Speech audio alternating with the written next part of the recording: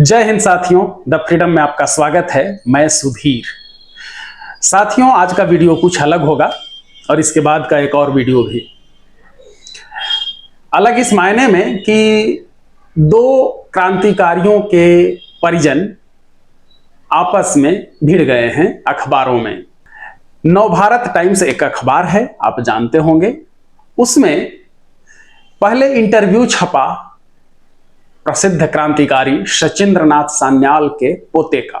आप जानते होंगे कि Sachindranath Sanyal HRA Hindustan Republican army association के संस्थापक में से एक रहे हैं। बहुत विद्वान थे। उन्हें दो बार आजीवन काला पानी की सजा हुई और अलग अलग, एक आजीवन काले पानी की सजा से फिर किसी तरह उनको रिहा किया गया काटते हुए अंडमान से, और वो पहले गद्दार पार्टी में शामिल थे, उस वजह से उन्हें सबसे पहले सजा मिली थी। और फिर दूसरी बार काकोरी एक्शन में गिरफ्तार हुए, मतलब काले पानी की सजा काट करके रिहा हुए। तो उसके बाद वो बैठ नहीं गए, फिर से तुरंत क्रांति में लग जाते हैं, HRA का गठन करते हैं। और फिर जो ये काकोरी एक्शन हुआ, इसमें गिरफ्तार जब हुए तो फिर से उन्हें आजीवन काले पानी की सजा मिली। उनके पोते हैं।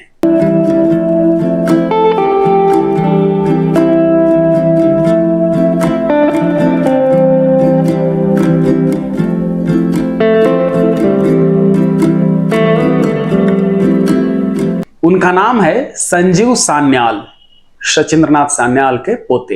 ये प्रधानमंत्री नरेंद्र मोदी के आर्थिक सलाहकार भी हैं और इन्होंने हाल ही में एक किताब लिखी है। किताब का नाम है revolutionaries, the other story of how India won it's freedom. इस किताब को लेकर के नवभारत टाइम्स के पत्रकार राहुल पांडे ने उनसे बातचीत की। बातचीत लंबी है, लेकिन जहां पर विवाद उठा उस हिस्से को हम लोग देख लेते हैं। राहुल पांडे ने सवाल पूछा बातचीत में, बीच में आप देखिए, जो छपा हुआ है वो भी मैं आपके सामने रख रहा हूं ताकि आप उसे पढ़ भी सकें। सवाल पूछा जाता है, बहुत सारे लोग ऐसे थे जो अंग्रेजों का साथ दे रहे थे, उनके लिए मुखबिरी कर रहे थे, क्रांतिकारियों की भी मुखबिरी की। कौन लोग थे ये, क्यों ये अंग्रेजों का साथ दे रहे थे? इसके जवाब में संजीव सान्याल कहते हैं, हमारे इतिहास में यह बहुत पुराना है, मुगलों के समय में भी हुआ था।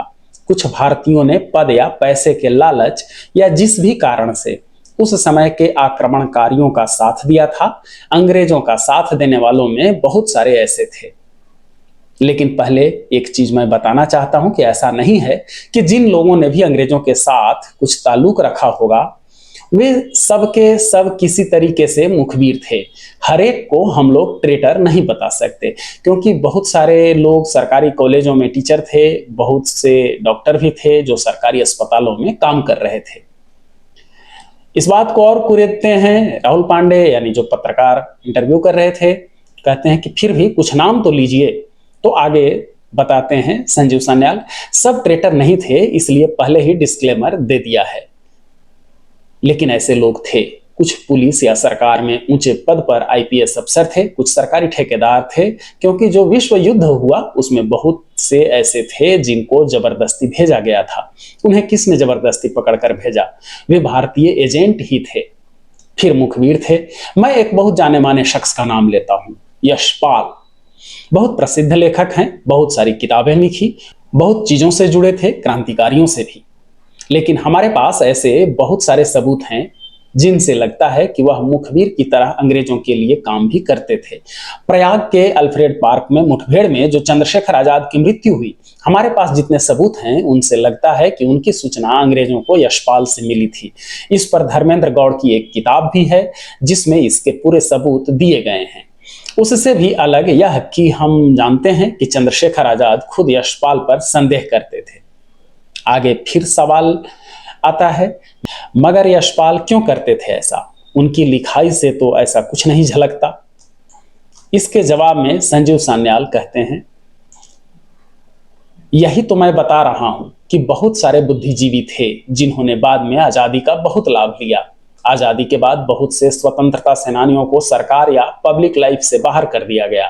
जैसे INA के सेनानियों में किसी को सेना में वापस नहीं लिया गया, लेकिन यशपाल जैसे लोगों को बड़े बड़े पद दिए गए, बहुत सारे पुरस्कार मिले। इसके बाद भी कुछ और सवालात हैं जिनके जवाब संजीव सान्याल देते हैं, लेकिन ये जो प्रसंग उठा और उन्हें सीधे तौर पर नाम लेकर के यशपाल पर आरोप लगाया, इसके बाद बड़ा विवाद छिड़ गया। खासतौर पर जो स्वतंत्रता सेनानियों को लेकर के काम कर रहे थे, वैसे शोधार्थी, लेखक और फिर स्वतंत्रता सेनानियों के परिजन, खासतौर पर क्रांतिकारियों के परिजन। और यह इंटरव्यू पहुंचा यशपाल के पुत्र तक, वो भी पत्रकार हैं, और फिर उन्होंने इस पर सफाई दी। वो सफाई जो दी वो हम लोग देखेंगे अगले वीडियो में। इस इंटरव्यू में एक नाम आता है धर्मेंद्र गौड़ का। धर्मेंद्र गौड़ ने कोई किताब लिखी है, मैंने वो किताब अब तक नहीं पढ़ी है, इसलिए उस पर मैं जिक्र नहीं कर सकता कि उसमें ऐसा उन्होंने क्या लिखा है। तो और दूसरी बात ये कि मैं अभी अपनी तरफ से कुछ नहीं कहना चाहता। अगले वीडियो में हम लोग देख लेते हैं यशपाल के पुत्र की इस पर सफाई। तो इस वीडियो में इतना ही। धन्यवाद साथियों। जय हिंद। इनकलाब जिंदाबाद।